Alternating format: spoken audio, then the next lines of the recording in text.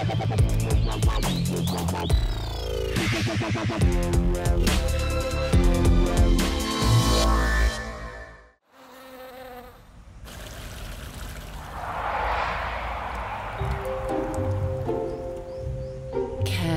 a city of steel and glass become an edible garden?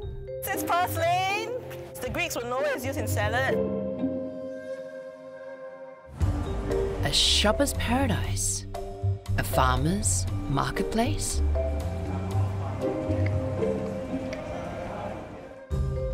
With homes that double as greenhouses. Singapore's urban growers are on a mission to tame every shophouse, housing estate and rooftop into a field of dreams.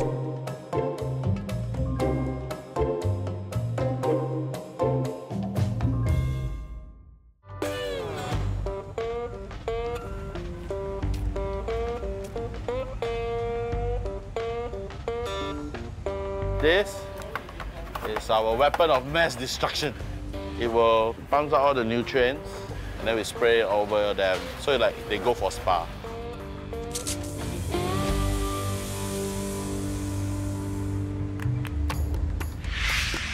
Hi, I'm Allan Lim. I never thought I'd be a farmer. I was trained as an engineer and I run Singapore's first urban rooftop farm. Allan and his band of unlikely farmhands grow edible greens, from basil to habaneros, right in the heart of Singapore's busiest shopping strip.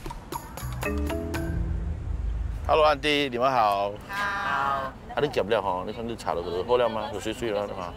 哦。So this is how a plant starts its life with us. This is a very, very young peppermint, and over a few days, it will start to have little roots. About 2-3 weeks later, you would see something really astonishing. All we need is really a lot of sunshine, a lot of love, and then you get all this sweet-smelling stuff. In 2014, Allan co-founded Comcrop. He believes he can use his engineering training to solve Singapore's unique challenges. We don't really have a lot of land. We have 46 kilometers east to west, 22.6 kilometers north to south. It is impossible to try to get a large piece of land to try to grow as much food. We look at hydroponics, we look at a bit more technology to see whether we can maximize growth. And these are all working towards food resilience in Singapore. The hungry island of Singapore imports over 90% of its food. It depends on 160 countries to satisfy its appetite. Increasing Singapore's food self-reliance is key, but Allan won't take shortcuts. He pledges to farm without artificial pesticides and uses only self-sustaining methods to fertilize his plants. We're going to show you what this is about. We have fish. Fish excrete waste which contains ammonia. The ammonia goes into the system to be broken down by bacteria into nitrates.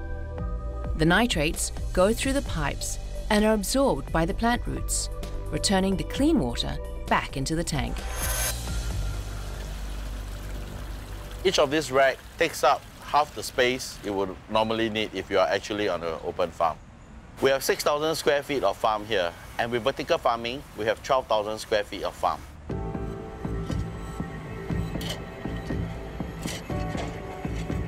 In order to do good, we must do well. We must be profitable enough to take those revenues and profits so that we could regenerate new ideas, we could fund research projects. If we don't have a business, how are we going to do that? We can't expect money to fall from the sky. Allan needs to find other like-minded people who buy into the mindset of growing and eating local. The Marina Bay Sands Hotel Complex runs a green initiative where it offers menu options with ingredients that are locally sourced. So today I have a meeting with Chef Christy of Marina Bay Sands, and we have brought along some produce from our farm, and I'd like him to taste it and give us his feedback.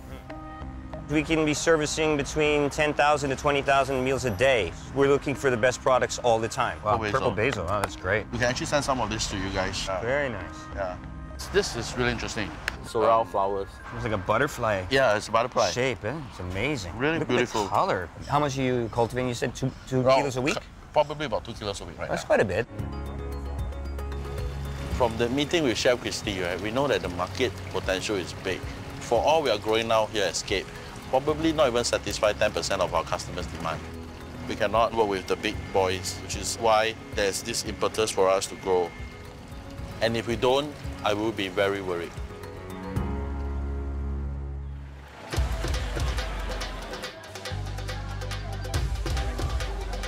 In the Little India neighborhood, other budding urban growers are learning to identify edible weeds from pavements. This is parsley. As the Greeks would know, it's used in salad, but don't eat this, it's covered in rubbish. If you heard of the restaurant Noma in Copenhagen, they actually use wood sorrel in dessert. Okay. Sour, yeah? They are learning that growing food does not need to be a business. Anyone can pick up edible gardening as a hobby. Within a given space in your garden, dig out your garden and see how much earthworms are around. That will kind of give you an indication of how healthy the soil is. Hi, I'm Bjorn Low, co-founder of a social enterprise called Edible Garden City. For 7 years, I was in advertising, but in 2012, I left the rat race to get closer to Mother Nature. So we are in this temporary home in Rowell in Little India. It's an old shop house, which we always wanted to test the idea of having an urban farming school.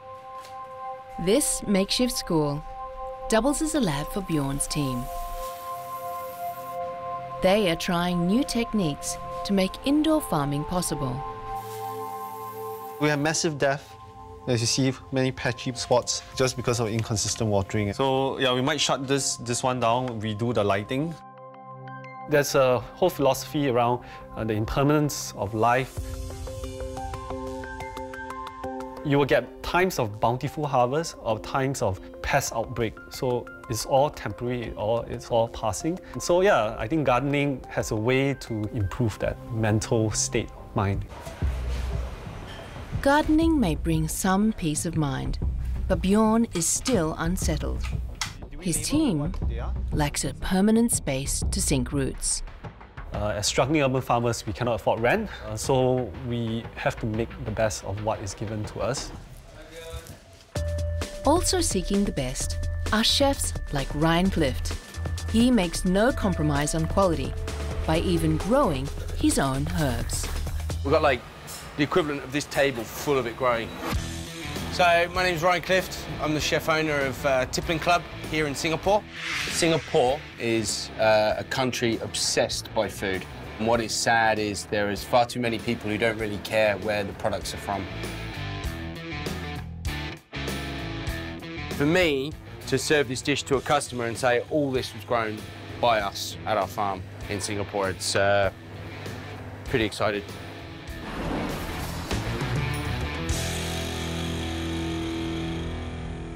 So I got a lot of chef envy out there right now. A few chefs like, where are you getting your herbs from? Oh, I got a lovely guy, Bjorn, that grows it for us in our farm. What do you mean you got a farm? Where? It's Singapore.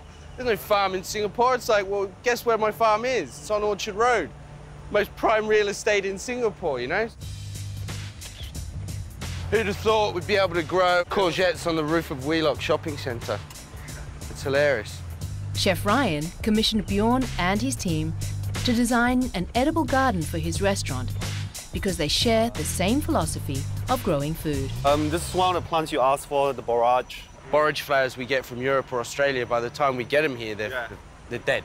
It's just a waste of ingredients, people's time to ship it here and then for them all to be dead, you know?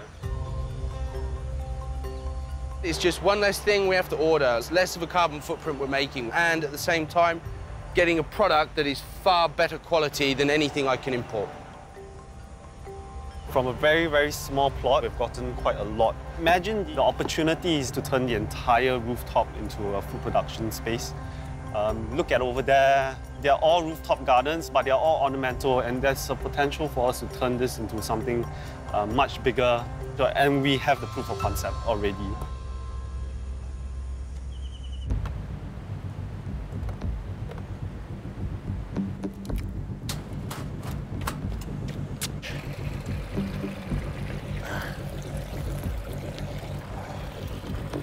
Oh dear, we had a dead fish. So you can see that the ice bulged up. I think the ammonia level got higher overnight. Allan relies on fish waste to provide a renewable source of nutrients for his crops. But there is a catch. Every time fish produce waste, ammonia is released, and high levels of ammonia is toxic to the fish. Over the last 2 to 3 months, we have had instances where 1,000 fishes got wiped out overnight. This is how crazy it is. Theoretically, we could fit almost 200 fishes into this tank. Right now, we only have 50 fishes fitted into this tank. Really because there is not enough technology to do the breaking down of ammonia. Unless Allan finds a way to break down ammonia quickly, his business is going to go belly up.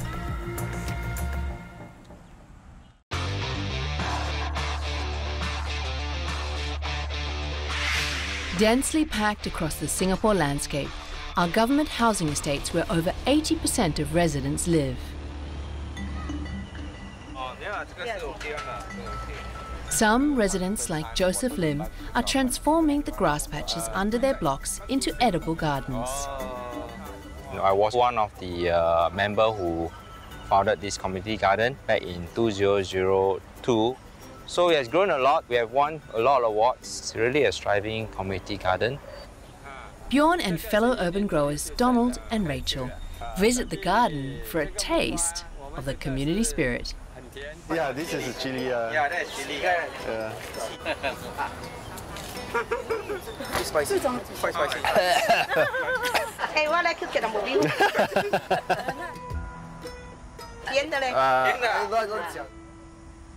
I think it's very heartening to see the sort of work that he's doing, you know, apart from getting people to volunteer, to tend to the gardens. He's actually organized events where they have the elderly come. It's very, very heartening, very heartening.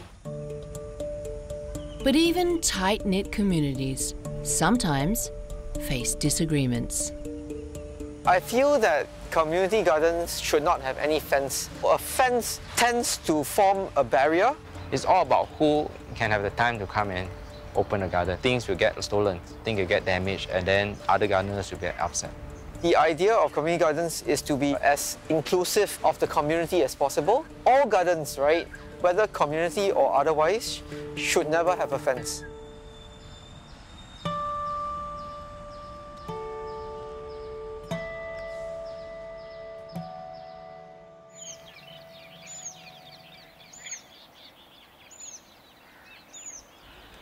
Donald Tan lives with his wife Rachel in a government flat. He tries to cultivate a sense of community through his corridor farm.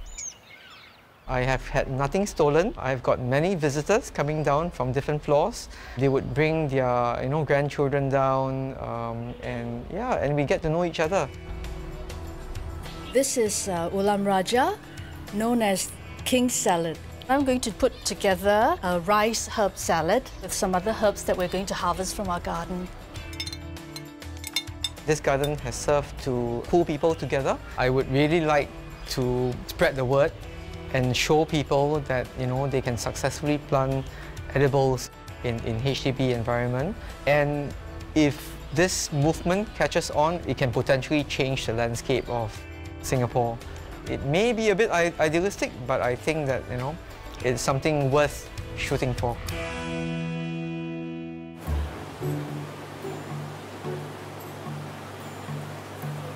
Allan's search for a solution to his farming problem has brought him to a local aquarium expert, KK Yo.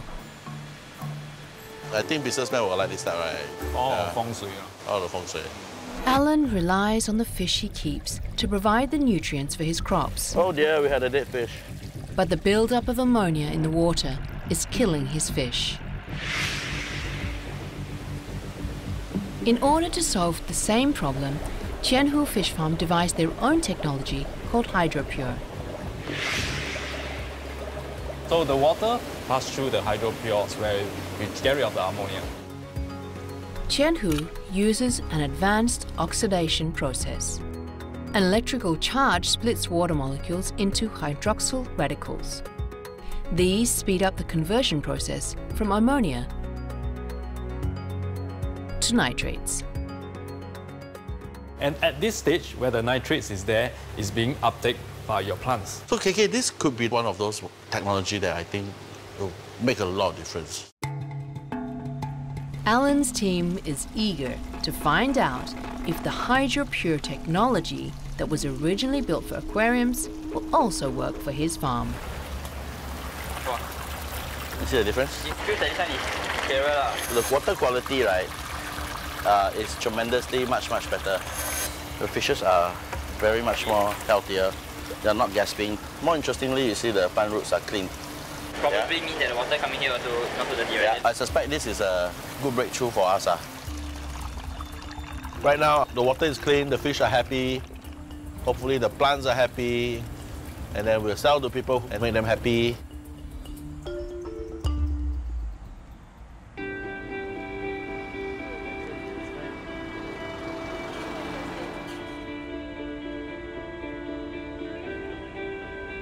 Working together on their first project has seeded new ideas for Chef Ryan and Bjorn. When we did the whale-lock garden with Ryan, we kind of felt that it was still too far from his restaurant, so we decided to look for something else that we could work together on a larger scale.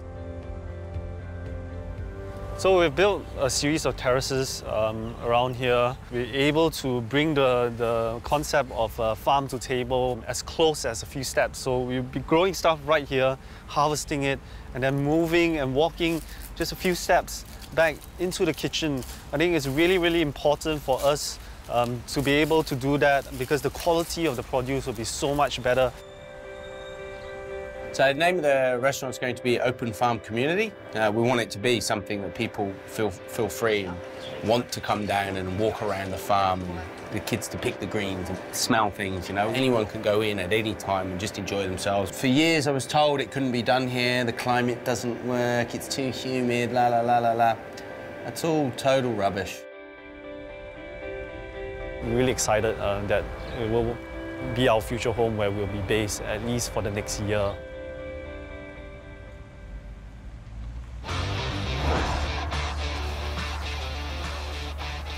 The Singapore government is sowing the seeds to grow an appetite for more local produce. These ingredients are actually made using local products. This Mandi from Australia, is it? It's local. It's actually a more atas name for sea bass. Correct. This is the first time that I'm trying. I think it's just as yummy as the ones that you buy imported from the supermarkets.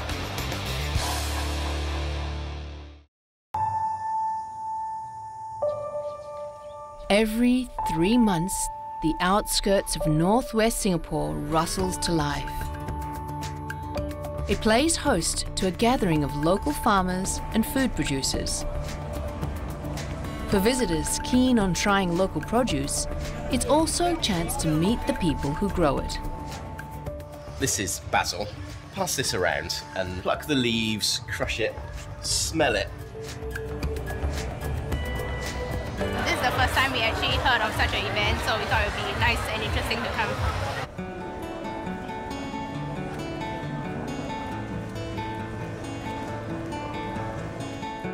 To protect your basil, if you have it at home, every time you see a flower, cut off.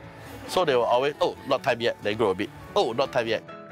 Best part of the day was we went in and we spoke with people about what we were really trying to do. But more importantly today, what we are really doing is championing local stuff.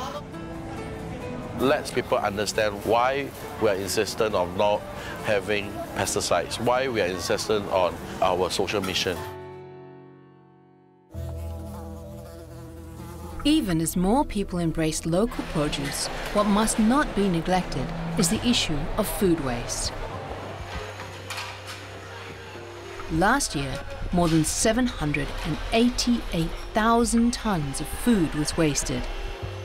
That's equal to 108 double-decker buses full of food being thrown away every day.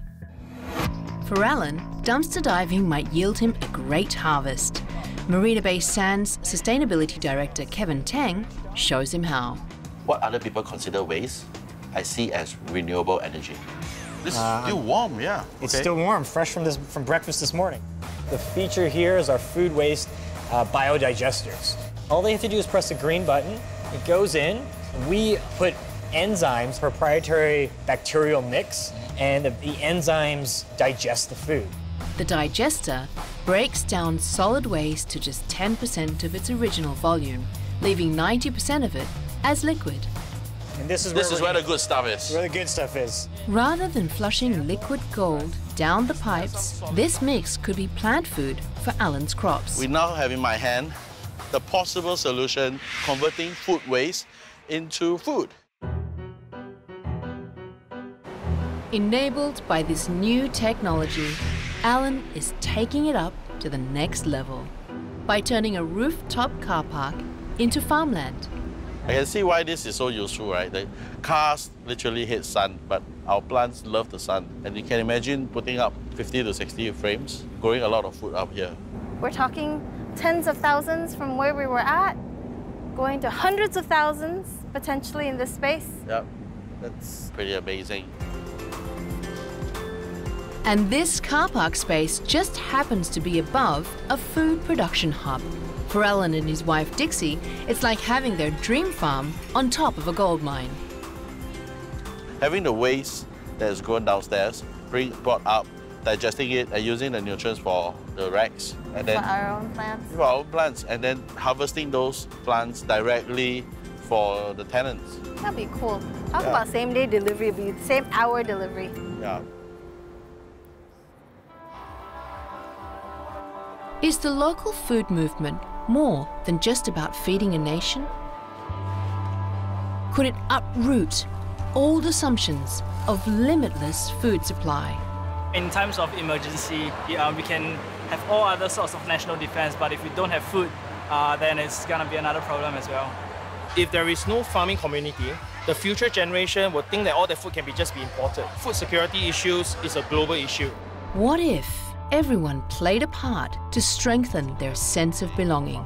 We believe in getting with the local farmers, and that's what we've started to do, and we're going to build on that.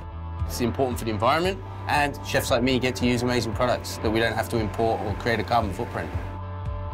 I also hope in the next 5 to 10 years that we're able to push the movement forward. We will have done our job when it becomes an industry. I think food resilience is about communities coming together as one to be able to grow it together and enjoy that together. We bond through food. It brings us closer to each other. And what more than to provide that food that bonds people? Then food, it becomes something with hope.